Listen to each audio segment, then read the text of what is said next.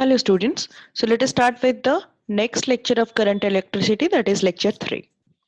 So let me revise you with few of the numericals that we have studied in the last class, then we will continue with the next part. So let's take an example. This is our question number 1.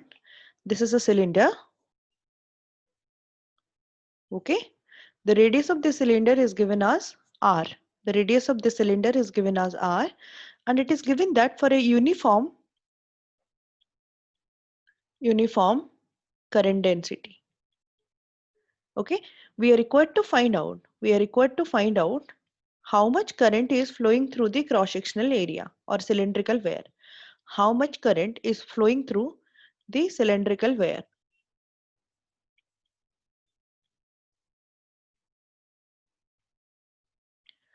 So this is uniform current density. So we can directly find it out. The current is equal to J, and what is the area of cross section of this part? It is pi r square. Pi r square. So the total amount of current is J into pi r square. So this is the answer to the question. So it was a very small question. So let's move to the next part of it. Same cylindrical wear is there, but the total, I'm just going to take it a little bit print actually, this part.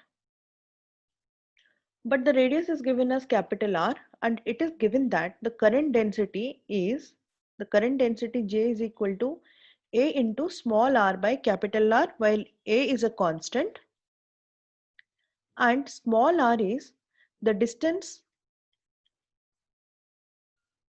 from the center. Distance from the center or from the axis. I'm going to draw it. We are required to find out the total amount of current that is flowing through it. What is the total amount of current that is flowing through it? And the length of the cylinder is given as L. Length of the cylinder is given as L. So how to approach this question? This is a variable current density. This is a variable current density. What I told you, whenever it is variable current density, we have to choose an elementary section out of it. I'm just drawing this part of it. So I'm going to choose an elementary section. And what should be the width of the section? It should be dx. It is just like the pad thai noodles, right? And this section is having an area of a width of dx. Let this width is given as dx, and its radius is small x. Okay, let's find out that. And for this area and the direction of the current density and the area, they both are in the same direction. So I'm going to write down the area is dA vector, and this is the direction of the current density. So they both are in the same direction.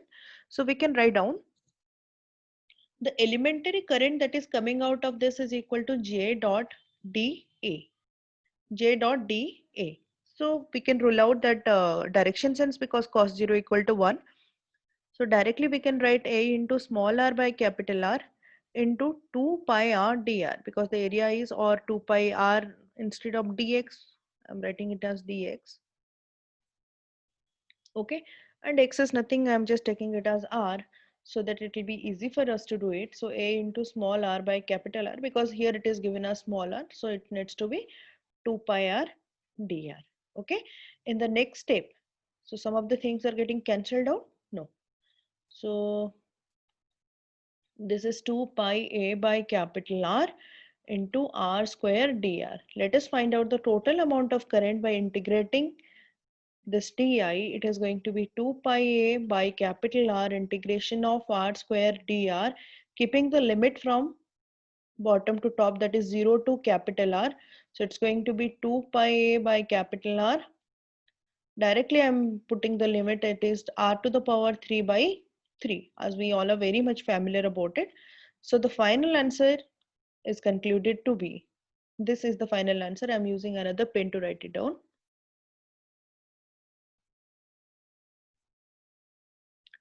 So the final answer comes out to be, this r is going to be cancelled out with one of the r. So final answer is 2 pi a capital R square divided by 3. So this is the answer to the question. So what's the answer to the second question?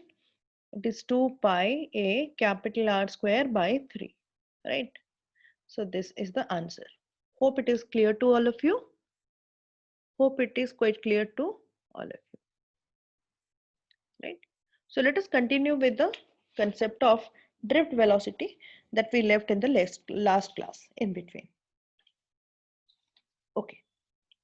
So what we studied that whenever the conductor is not connected to any of the external voltage supply, okay? So we are discussing the concept of drift velocity. So this is the starting of your current electricity, that how the charges flow inside a conductor.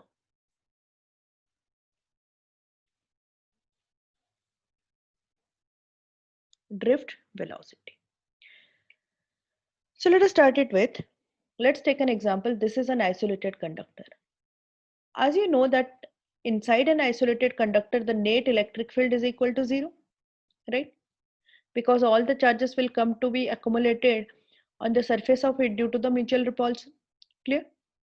But let's take an example. We are talking about the temperature at T equal to 27 degree centigrade, which is not a very less temperature. It is 300 Kelvin. And this one is enough temperature to agitate an electron thermally. This temperature is enough to agitate an electron thermally. So, you know, due to the presence of, or due to this temperature, so they will have some kinetic energy. They will have some kinetic energy. Who? The electrons are going to have some kinetic energy. So they will start to randomly move inside the conductor, right? So I was talking about 4 electrons. So they were randomly moving from one location to another location. Clear? Apart from that, we are having many number of atoms also. So due to that, some atoms also vibrate. There are two phenomena happen over here. One is atom starts to vibrate. Atoms vibrate about their mean position because they are heavy. Their mean position, and electrons move randomly. Electrons move randomly, and you know that it carries the many number of electrons. Electrons move randomly, and actually it is really difficult to predict the motion of the electron and the random velocity. So I'm just writing it down that even in the quantum mechanics it is also told that it's really difficult to predict difficult to predict the random velocity of those electrons, the random velocities of these electrons, right? Okay. But what are the effect of this motion of the electrons? What are the effect of this motion of the electrons? So I'm just writing down the effect of these electrons. I'm going to name them as 1, 2, and 3, 4. So this one is let it be moving with U1. I'm taking this class very slowly because understanding drift velocity is really important. We cannot directly jump into the numerical formulas that is present U4. So I say that whenever these electrons are randomly moving, so while moving they collide with other electrons as well as with atom, and the atom absorbs it, right? While moving they collide with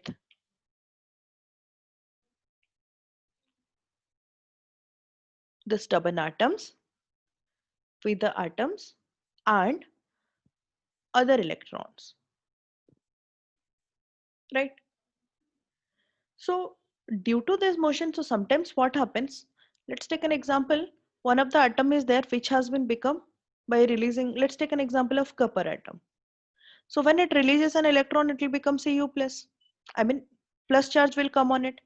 So another electron is coming, right? So whenever it is coming, so it should be attracted by the atom. So this atom actually, what does it happens after it is going to collide? Then the atom absorbs it, right? So atom absorbs it. But during this motion, many amount of internal energies are also getting generated, right? Due to the continuous collision,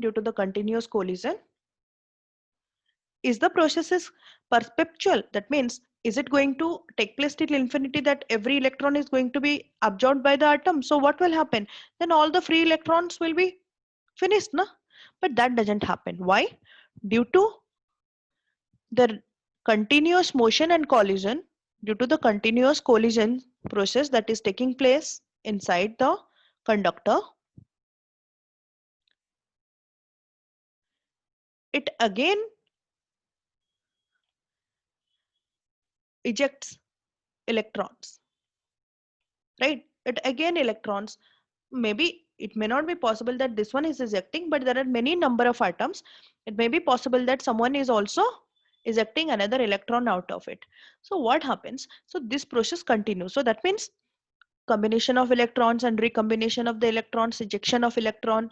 So this process continues. So many number of electrons, and whenever this electrons comes out, again it comes out with a velocity, and that is again a random velocity which is easily not be calculated. We cannot calculate this velocity, we cannot predict the velocity of this electron. Okay, but here is a very important concept. Let's take an example. This one is our atom which is going to absorb the random moving electron. Let's take an example. If I'm going to study this motion of this electron, it is u equal to 0. That means the time at which this is starting not equal to 0. It has some initial velocity u. Then it is going to strike the or absorbed by the atom. So when this is going to be absorbed by the atom, its velocity will become equal to 0. This one is a non-zero velocity, right? But if I say this is v dash, and just before absorbing, it has a non-zero velocity, let it be v, which is not equal to 0. Of course, they both are not same, right?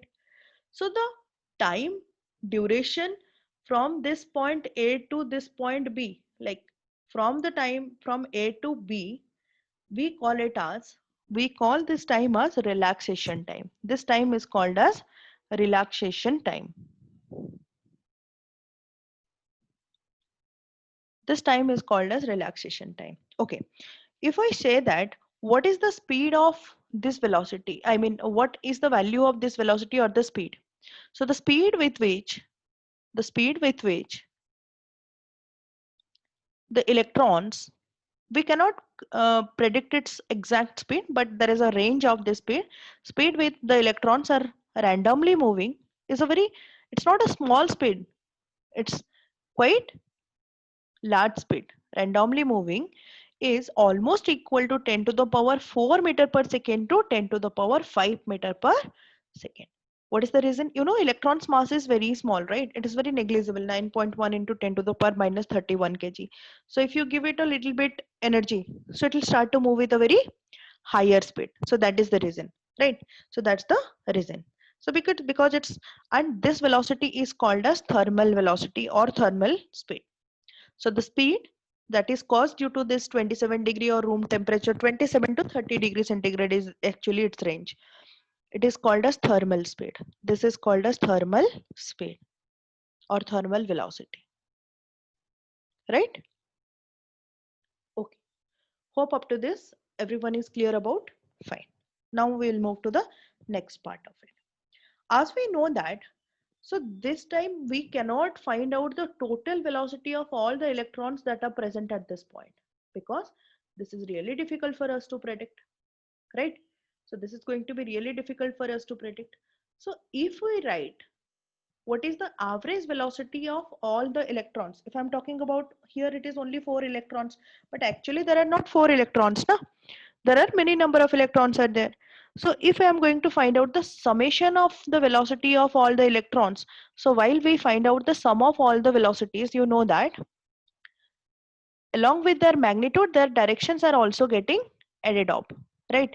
So finally, as we are not able to predict the exact thing, so we take the total value to be equal to 0, right? Just like the average velocity concept we studied it in the previous chapters. Clear? So the net velocity or the vector sum of all these velocities is equal to 0. Okay. And you know that these electrons will not have any affinity for a particular direction. Why? Due to the absence of this one point is quite important, due to the absence of any external driving external driving force or external driving agent, electrons will not have affinity for a particular direction. They will not have affinity for a particular direction, right? Okay, fine. So then this is the case till we are not connecting the whole conductor to an external supply. Now the next case. Now the battery is coming into the picture. Now let's bring the battery into the picture. Okay. So when we are going to connect the whole thing into the battery. So now this thing is connected to the battery. Now the next case is battery is connected or external supply is given to the conductor. So this is our conductor. Now we are going to give, this is uniform in shape. Let me draw a uniform shaped conductor. Okay.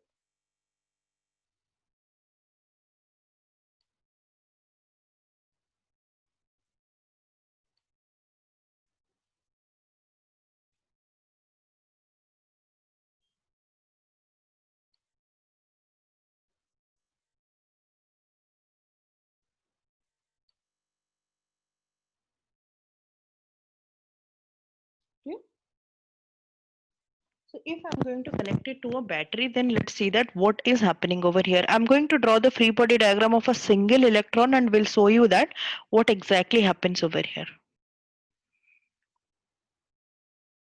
You know that if the potential of the battery is V, then this point will have a potential of 0 volt and it has a potential of V volt. Already we have studied about it. So these electrons were moving in this direction. Previously late this one was moving in this direction, it was going here, it was going here, and it was going somewhere over here. If I'm talking about only one electron and will show you that what exactly happens to that electron, you know that here an electric field will be constituted from higher potential to the lower potential.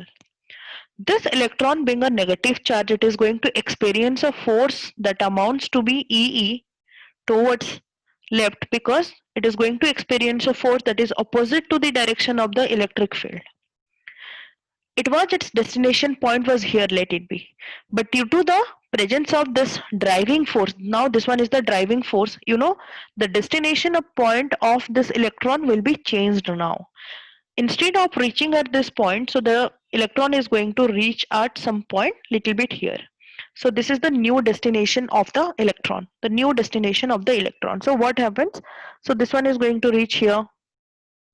This one is going to, instead of reaching here, this is about to reach here. This one is going to reach at this point, and this is going to reach at this point. Right? Clear? Clear to all of you? Right. So this is called as drift. This one is called as drift. This path length is called as drift. As we have already studied about it in motion in 2D while studying the relative motion and river and boat problem. So this path is called as drift path. And so here what exactly happens? The exact thing that is happening over here is all the electrons will shift now, right? All the electrons will shift now. But who are the cause behind it? Now the effect is all electrons will shift now. Due to what? Due to what they will shift now? Due to the random velocity. See, random velocity will still be there. Random velocity will still be there because temperature is still there. Apart from temperature, we are additionally supplying the external electric field to the system. All electrons will shift now with some random velocity as well as plus the affinity. And this affinity is coming out of that external supplied field. The affinity is coming due to the external supplied field, right? So finally what will happen? The electrons will compromise. So they will start to move with a compromising speed, and that speed is called as drift speed or the drift velocity.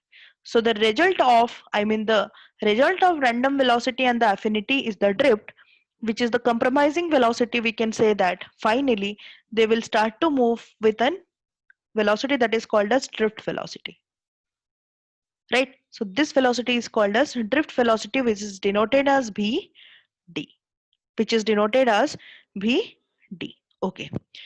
Here this amounts to be. There are many formulas are there. We will derive all the formulas one by one. It actually amounts to be minus E vector divided by 2m and tau. Tau is relaxation time. Tau is relaxation time. Okay. Negative sign is there because it is opposite to the electric field. The negative sign says that because it is opposite to the electric field. Huh. But I will tell you that in your NCRT you will be finding the formula as minus EE divided by m tau. Instead of 2m you will be having m tau. I will tell you that what is the why they have got this result. But if you'll refer any standard books like David Griffith, HC Burma, so there you will be finding the drift velocity is this much. Clear? Okay. Okay, let's move to the next part. Clear? Or if you look at this, and we will move to the next part of it, the derivation part of this formula. Actually, what is happening over here? Now, the electrons are going to experience the force. How much is the force? Now we will write down the each and every point here once again, one by one.